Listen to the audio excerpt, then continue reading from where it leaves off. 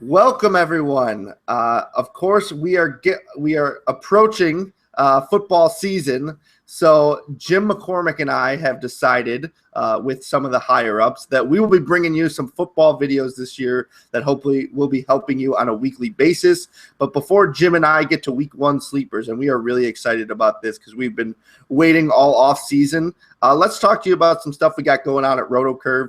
We now have a great offer available for everyone watching this show today. Just enter the promo code CURVE in the coupon code box during checkout. You only pay $5 for a weekly premium membership at RotoCurve, which is a ridiculous deal. This, of course, includes exclusive position rankings, projections, premium cheat sheets for week one. You get the must-have DFS tools like DVP rankings, which I know we love using, points per attempt, red zone, etc. You get the optimized DFS lineups for DraftKings and FanDuel, which is huge for all of us who'll be going for that $1 million this year. Access to player ownership percentage, and then premium members receive everything that was just mentioned and more each week of the NFL season. It is a loaded package. So once again, use the coupon code CURVE, and you only pay $5 instead of $7 for your weekly membership. Let's now bring in Jim McCormick. Jim, you pumped for football season, or you don't want baseball season to end? Oh, no, I'm ready to go. I'm a Phillies fan, and of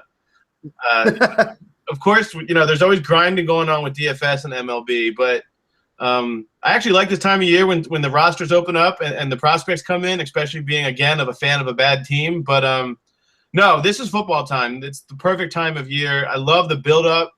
Everybody's drafting their season-long teams, and we've had week one, pricing for both FanDuel and DraftKings to, pour over. So I think we're ready to break it down.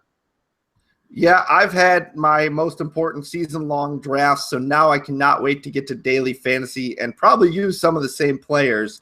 But we're going to start with sleepers. So these are probably guys that you and me both didn't draft in our season-long leagues. And we were talking before the broadcast, and to be honest with you, I'm on the chalk when it comes to quarterbacks for week one mostly. So I want you to start us off here because the guys I like, I think, are going to be honestly 1 and 2 in terms of ownership percentage. I think it's going to be Dak Prescott now that Tony Romo's out because he's so cheap. They're implied to score a high total. And Derek Carr against a team that was, pretty much the worst defense overall last year, the New Orleans Saints. But my reasoning isn't just because I don't like that Saints defense. I love this Oakland Raiders offense for this year. So I'm on the chalk. I would have been on Derek Carr regardless of who they play. It just so happens they play the Saints. So because I'm there, and I do have one sleeper, but let's start with you in terms of the quarterbacks. Yeah, no, those are definitely Prescott's pricing is going to push the crowd, no doubt. Matt Stafford is actually a guy that I've actually been starting to appreciate him more in season long, and just understanding after week 9 last year when Jim Bob Cooter, what a great name, when Jim Bob Cooter took over, Stafford reached new heights of efficiency. He was second in the league in completion percentage from that point on, 69% of his passes completion, and then also his QBR was, I think, 6th in the league. So he was efficient, and I think that spills over to this year. I know there's a deflation in mind with him with the loss of Calvin, but I think there's also the ability for him to become more efficient, actually, and continue this. The average depth of target will be short, but I really love – and here's the other thing. We're talking about a market. He's 16th in price on FanDuel for week one. He's more expensive. He's 8th on DraftKings, but – 16th at the position playing the Colts. I know that we can overreact to preseason, but let's be honest. The Colts have done nothing to solidify one of the worst defenses in the league. I think it's safe to assume they could give up the most raw yards in football this year. And then you have to look at the spread. I like to, influence, Vegas lines into my analysis sometimes. And it's a simple just look at the point total. It's going to hover around 50, 51. I wouldn't be surprised if sharps are hitting in the over even if that's a high number. I think it's going to be video game numbers in Indianapolis this year, and Stafford and crew. Jim Caldwell teams don't score on the ground. They just historically don't. So I think you're going to find a way that Stafford is going to be one of your top, quarterback performers, and you're going to get him at mid-tier pricing. I know you like going bottom-tier pricing, but you're not really spending too much coin, at 6,600 7,400 on FanDuel. That's a pretty relatively cheap price. My other guy that I really like is Jameis Winston. Obviously, taking the sophomore leap here, that's a real potential, and then you have these big targets are back in play. It's not just Mike Evans, it's Vincent Jackson, it's ASJ, who is no longer demoted behind Cameron Brate, the Harvard tight end. It's also a function of, I think Atlanta hasn't improved their defense much. They've added, Deion Jones, and they've added the rookie safety who actually just got hurt. So Keanu Neal. So I just think there's some issues there on the defense with Atlanta. They're speedy, but I think they're light. And I think the height and the strength of this Tampa offense can really beat them up. I think Winston goes into Atlanta and not only gets a win, but helps fantasy teams really thrive. Just as a side note, that Cameron Brate, or however you say his last name, happened to be at a bar I was at a few weeks ago. Everyone was going wild. This guy's a Buccaneers tight end. So if you believe in a 3-month-long hangover, he's definitely a guy I would avoid in daily fantasy football. But, he could definitely pound those shots. So we'll see if that translates to the field. But that's a little off topic. Let's go to my week 1 sleeper, and I happen to be from Chicago and really be a self-hating Bears fan. But, how can you not? I really don't think this team's gonna approach 8 wins. I think they're that bad. And we're talking about a team that's really banged up in the secondary. I mean, Tracy Porter just left the last game. And, of course, their first-round pick from a few years ago, Kyle Fuller, he's week to week at this point. So that's really their guy in the secondary. And if he's not there, I mean, you're looking at Brock Osweiler, who's only $6,300 on DraftKings, which by comparison is cheaper than Alex Smith. And I don't know about you, but I don't think many quarterbacks should ever come cheaper than Alex, game manager Smith. So that's definitely a plus.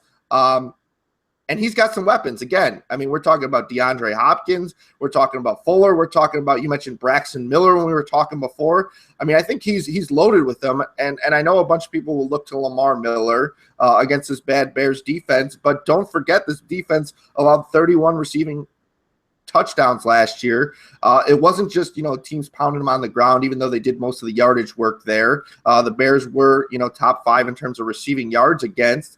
But I think that's because their offense put them in such bad positions. Cutler didn't turn the ball over as much as usual, but there was still a healthy amount of turnovers.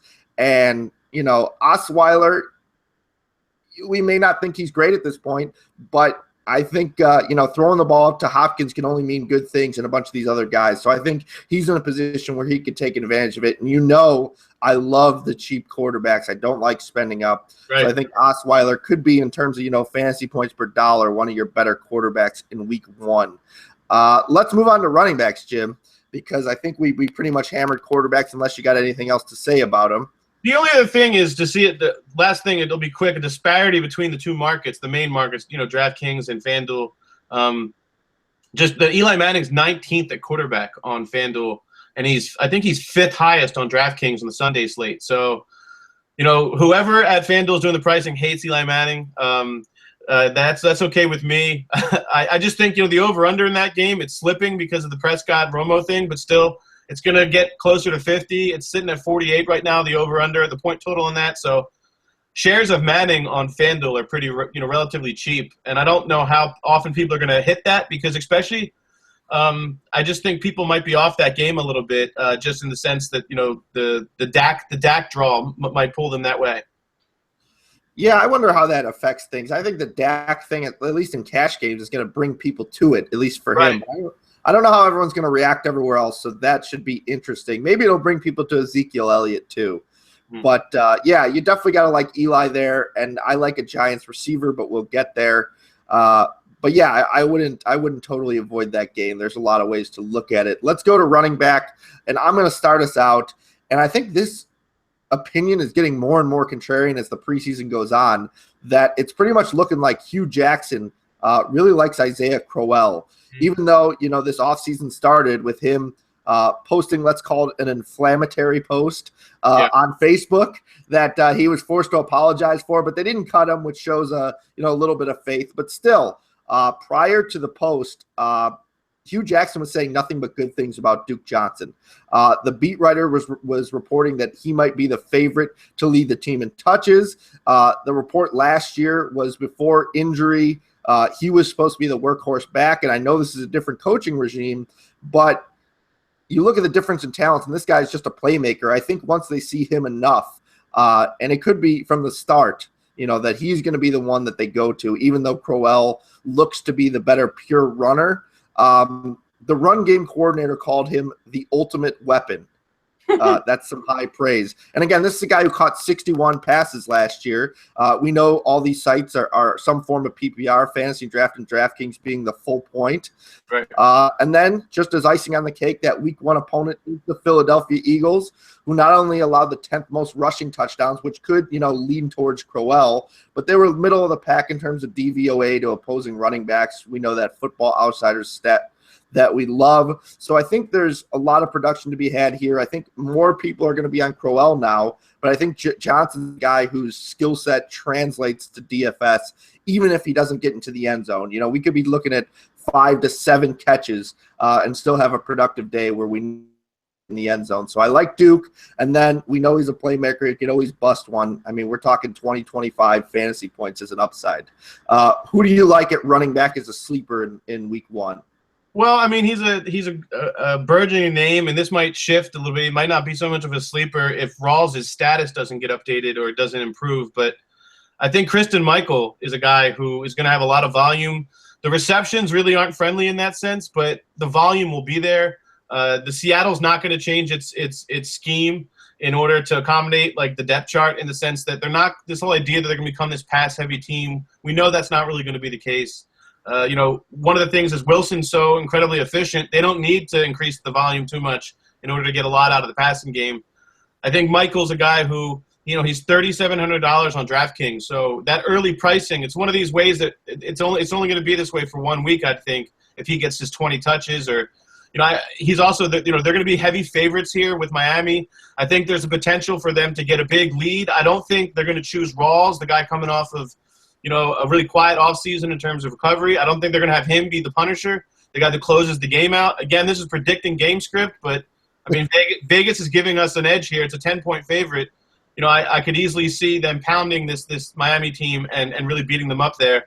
The other guy would be, going back to that Colts game, beating up on them. Amir Abdullah is not going to have much ownership. I think people are afraid of that team. And I know I just said that they don't really use the running game to score, but I also think you're going to see Abdullah get a good amount of targets, more than we saw last year. I don't think it's solely the Theo Riddick show in PPR games. So he's another guy. Both these guys are cheap, under 5K for Abdullah, on DraftKings. There's really not much of a premium to pay for these guys. So go big on receiver and go PPR backs otherwise. Yeah, I agree with you. I will say I looked at Riddick, and that Colts team was in the bottom 10 of receptions to opposing backs, so that turned me off a little bit.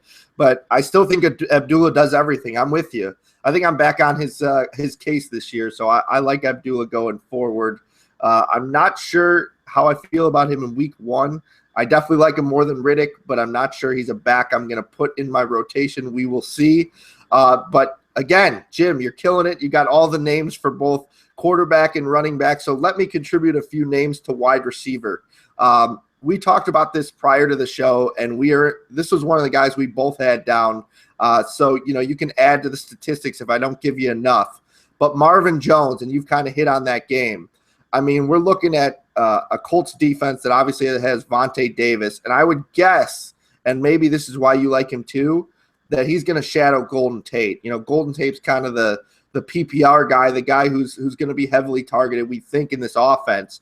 But don't forget that Marvin Jones is a guy who scored 10 touchdowns in 2013. Again, double-digit touchdowns he's scored. The most targets he's ever seen was 103 last year on a team that had A.J. Green and Tyler Eifert, which is, there are no A.J. Green and Tyler Eifert in town. I mean, we're talking about Golden Tate, Golden Tate, Ebron, they both start with an E, right. Theo Riddick, and that's who he's competing with. So I think not only could he see more red zone targets with the lack of, those guys that he had in his other team than he's ever seen, but I think he could just see more overall targets, more than 103. Maybe he pushes 120 on this team. I know we're just talking about week 1, so let me stick to that. The Colts upgraded their cornerback too in terms of Dejon Smith this year. We used to pound the second wide receivers against him, but he's still not great.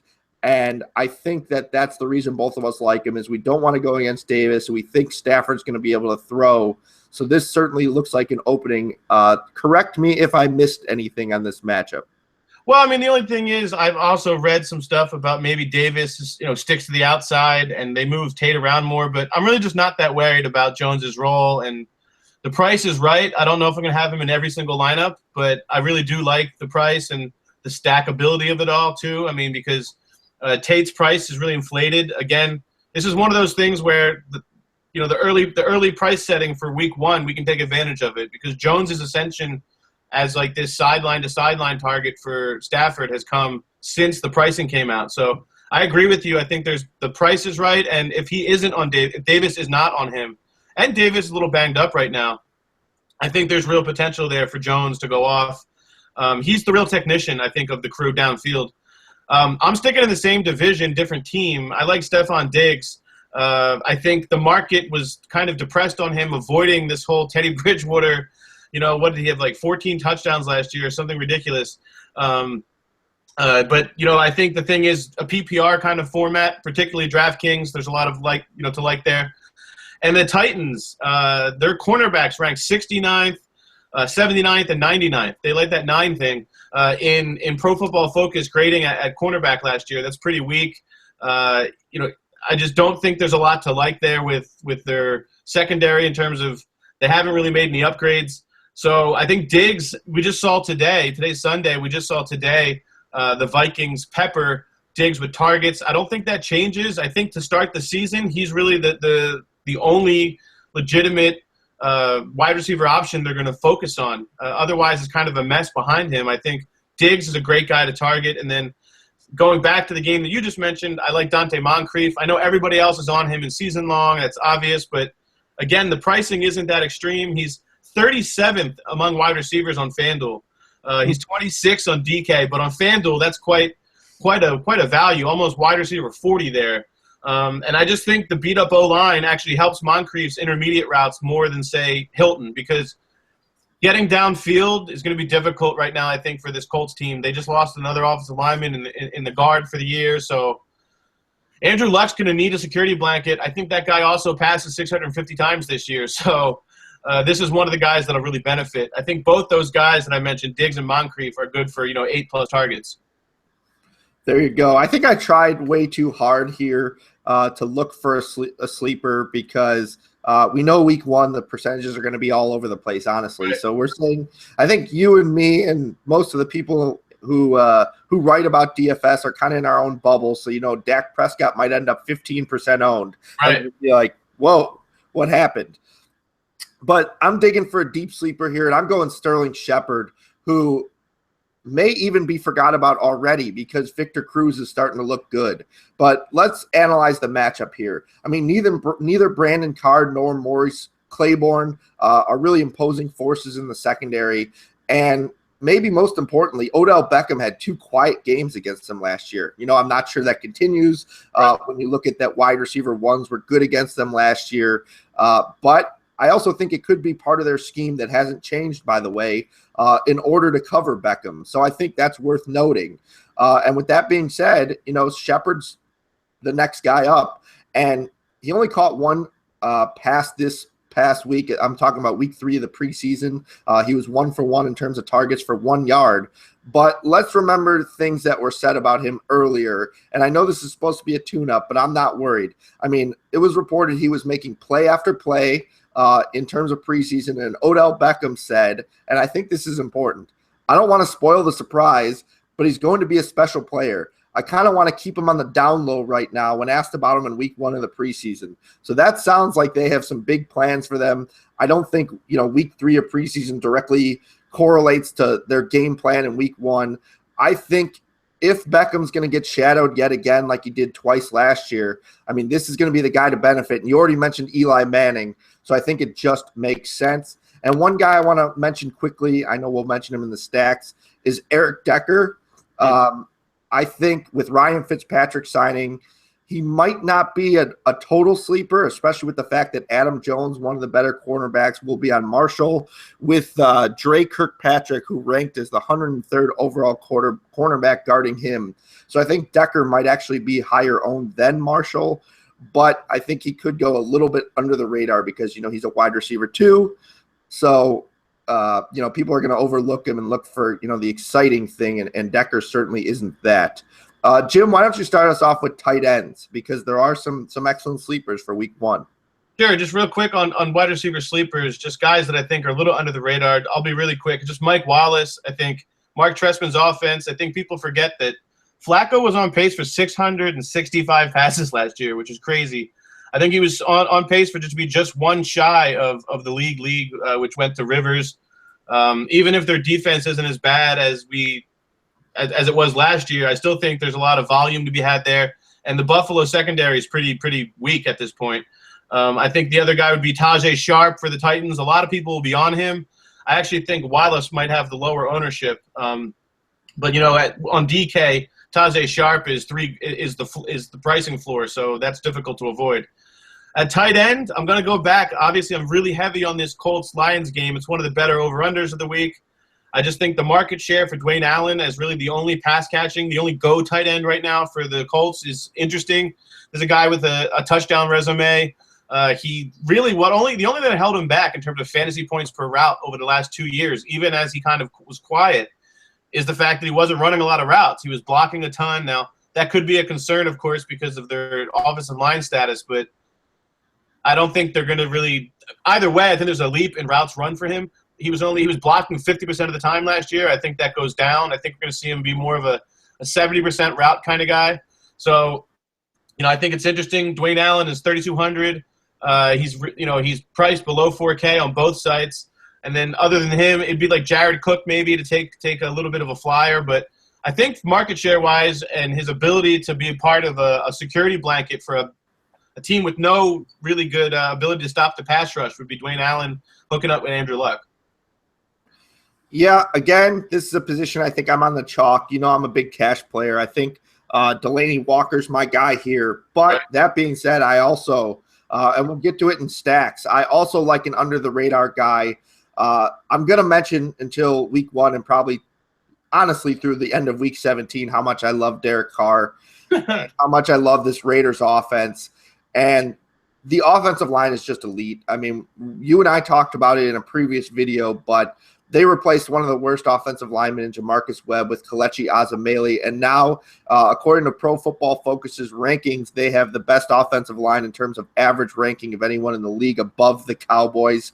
So Carr's going to be protected. He's coming off a breakout season. Walford at the end of the year saw at least 4 targets in 4 of his last 5 games and at least 5 in 3 of his last 5. So he started to get heavily targeted as it went on. They didn't really add too many guys in terms of offensive weapons. They already had Crabtree. They already had Cooper. They did add DeAndre Washington, who I have high hopes for as the season goes on. But basically, it's the same rotation. And if it's what it was at the end of last year, Clive Walford's heavily involved. This New Orleans team sucked against pretty much everywhere, including the tight end. So I think Walford has some not only 5 to 6 reception upside, but I think he has touchdown upside at $3,000 on DraftKings. So that could go under the radar. I really love this spot for the Raiders. I think, a bunch of my lineups are going to be Carr and mixing it up. And I think most are going to be on Latavius Murray, and that's probably the guy that I will have the least exposure to, although I like him too. Do you have anything else to say about the tight end position? No, that's pretty much it. I just love that a guy named Clive is getting fancy love. Exactly. So that's it for our sleepers, and now we're going to move into the week 1 stacks. But before we do, let's just overview again. Promo code CURVE get you $5 for a weekly premium membership at RotoCurve. Exclusive rankings, must-have tools like DVP, optimized lineups, access to player ownership percentage, and much, much more. Use promo code CURVE to pay $5 instead of $7. We love those $2 extra that we can put onto DraftKings or FanDuel or Fantasy Draft for some week 1 tournaments. We're going to be using stacks in these tournaments. Jim, where are we starting? We're going back to that Colts game. It seems like it's the hot button, and I'm taking your receiver in Jones, and then I'm going to put him with Stafford. I just love the pricing. Like I said, Stafford is really underpriced, particularly on FanDuel. It's just a nice setup. I think it's a high over-under, and just having a share of that, it's only going to cost you 21.5% of your budget on FanDuel, which leaves you a lot of room to build up on skill players. And if you want to go get those gaudy guys, you can afford Antonio Brown. You can afford the big name guys when you're only spending 20% on your stack. Yeah, I agree with you, and I'm going to start with my stacks with Derek Carr, who we mentioned. I'm not going to go with Walford as the prime play, though, and I'm actually not going to go with Amari Cooper because I am a little disinterested in starting guys against what I consider to be top corners. Now, if we're being honest here, Delvin Breaux, number one wide receivers, averaged over 7% over their usual output against him last year, so he wasn't exactly a shutdown guy, even though he rated favorably. But still, I mean, number two wide receivers are my preference here. I'd rather have Michael Crabtree against a nobody than Amari Cooper against Breaux, even though I will have shares of both. But I think this offense is going to go crazy. I mean, this New Orleans defense still doesn't scare me. So I think Carr, we could be talking about 3 or 4 touchdowns in the opening week. They are in the dome, which helps in terms of, not fighting weather conditions. So I love Carr to Crabtree as my main stack. Do you have any more for us? Yeah, one that I think we both in prep that we really like. We like Sammy Watkins a lot. Just he can make your week in one play. I think Tyrod Taylor is a guy who can buy time for him to get downfield, which is one of the biggest concerns when you're talking about a vertical guy. Sammy Watkins averaged the most fantasy points per target last year on passes of 10 yards past the sticks, which is to say the guy can really not only go deep but make it work down there. He's kind of Deshaun Jackson, but like at his best every week. I just think, it's $6,800 each on DK. It's 27% of your budget. It's still not going over 30%. It's not too high. And then the only other one, it's a more expensive stack because Mike Evans. But if you can get Mike Evans and Jameis Winston together, I just think it's going to be jump balls all day. And going against the Atlanta secondary, which really isn't that formidable, especially in the red zone. Yep, I agree with you. And I don't want to spend too much time because I know we've harped on it, and you have throughout this. But Luck Moncrief, I think Moncrief in his, 5 touchdowns in 7 games with Luck last year. I don't like paying for quarterbacks in cash games, but tournaments are totally different. If Luck or any quarterback really goes for 6 touchdowns and you do not have that guy, maybe even 5 touchdowns, you're playing at a disadvantage, especially, if you could find a cheap guy to go off. So I think Luck will be looking for Moncrief. That's a stack I like. But how about RG3 and Corey Coleman for cheap? I love these cheap stacks, but Philly's defense, especially in the secondary, doesn't really scare me. I think Coleman is a guy you can get ahead of the curve on. And I'm going to say this about a lot of rookies. We already discussed Sterling Shepard, who I think you can get ahead of the curve on. But I think people in general like the wait-and-see approach for all these guys, whereas in week 1, none of us know anything. We think we know that these defenses are good, but maybe the offseason or a new coordinator or just a whole bunch of things can change, and maybe they're off a step this year, or maybe they suffer an injury in the first quarter. There's so many things to take into consideration for week 1 that we just forget that these are talented players, and Corey Coleman looks like a guy who's just a playmaker. RG3, not exactly my favorite quarterback this year, but against the Eagles, who are going to be, somewhat slower paced this year, I think they're going to go under the radar. And the thing I really like about both is their price. I think you can fit just about any, skill player you want alongside the RG3 Coleman duo. And if Coleman scores, I think it's going to be a long one. And we know RG3's got some arm strength. That ain't his problem. It's more of the health concern. So I think, this could be a long touchdown that you complement with some pretty expensive, awesome players next to it, which is the reason I like this stack. Jim, what else you got for us? Yeah, no, I like that one. I like the fact that I think the Josh Gordon blew up Twitter moment on Saturday. I think I think that serves to get people off of Coleman because he's been quiet this offseason or this preseason. That helps. One other name, if you want to go really, really contrarian, would be Terrell Pryor. I mean, he's $3,000 at the pricing floor on DraftKings. Another guy. Again, you're just really hunting for that deep strike, but we saw it happen. He has 2 40-plus receptions already in the preseason. And, yeah, I mean, between Nolan Carroll or even if they have Eric Rowe out there on the outside, I think that's exploitable. That's pretty much it for me for stacks. I mean, those are the guys I really like. I also – it's not affordable, but Eli and this guy named Odell Beckham, I think people have heard of him. I know you're into Shepard, but I think this could be a situation where they really beat up on, the free safety out there, Byron Jones. I think the safety help for Dallas isn't very competent. That could be a game where, I think that number is going down, but I actually still think it should be at least 50, the over-under. And if that's going to happen, I think it's going to be Eli and Beckham. Now, that's going to be fairly popular, but on FanDuel, that's really actually reasonable in price because, like I said, Eli's the 19th price quarterback. Yeah, and we talked about it earlier. I want to go back to it, is the Brock Osweiler type stacks because he's so cheap. And because the Bears are so banged up, I think there's a lot of ways you could go with it. I think a really contrarian way to go if you're playing for first place in the Millie Maker would be to go Osweiler and Lamar Miller. Oh, wow. And try and get the reception to him because he's going to be heavily involved in the passing game. And my best week last year was Tannehill to Lamar Miller. I had both of them in cash. And it just so happened he caught a 50-yard touchdown. Yeah, it was against the Texans. Yep. Yeah. So that strategy is stuck with me, is that if you have a receiving back and you could get a quarterback to throw to him and then maybe throw a couple more touchdowns, you are way ahead of the pack because no one else thought of it. So I think that's a way to go. I think a lot of people could go Hopkins. I think you could go pretty much any receiver. But I think an Osweiler stack could be interesting, if only because the Bears' defense is terrible. Again, I'm not a big Osweiler fan, but you can only, deal with the matchup at hand, and I think this is a pretty good one.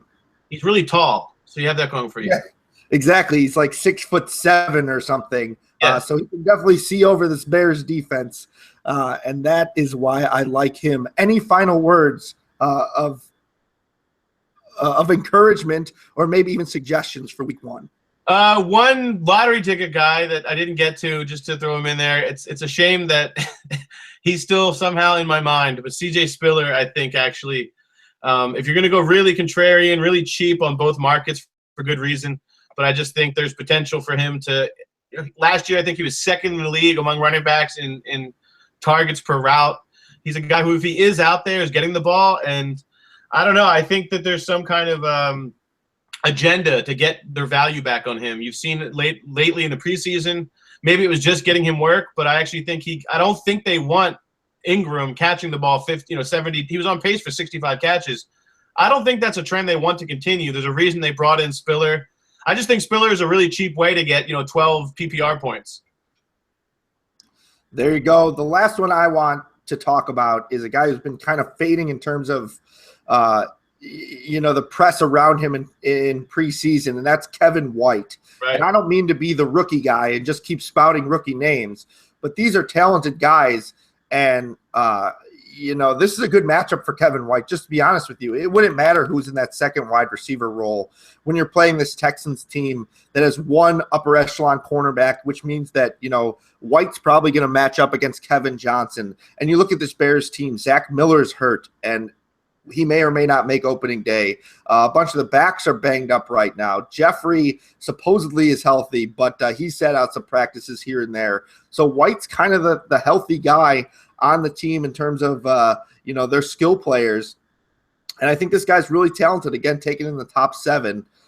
So I would not go to a Bears stack by any means, but I think the one-off you can use in tournaments is Kevin White because of the talent. If we are ranking these rookie wide receivers for week 1, I go Shepard, then I go White, then I go Corey Coleman. That is all for us today. Hopefully we've given you enough info to work on your lineups for week 1, play those cash games, play those. Most of these are contrarian options, so try and win you $1 million. Right. But again, Just to review, use promo code CURVE.